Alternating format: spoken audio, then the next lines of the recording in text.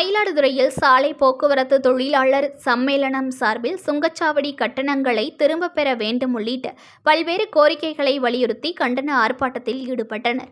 மயிலாடுதுறை பழைய பேருந்து நிலையம் அருகில் தமிழ்நாடு சாலை போக்குவரத்து தொழிலாளர் சம்மேளனம் சார்பில் கண்டன ஆர்ப்பாட்டம் இன்று நடைபெற்றது.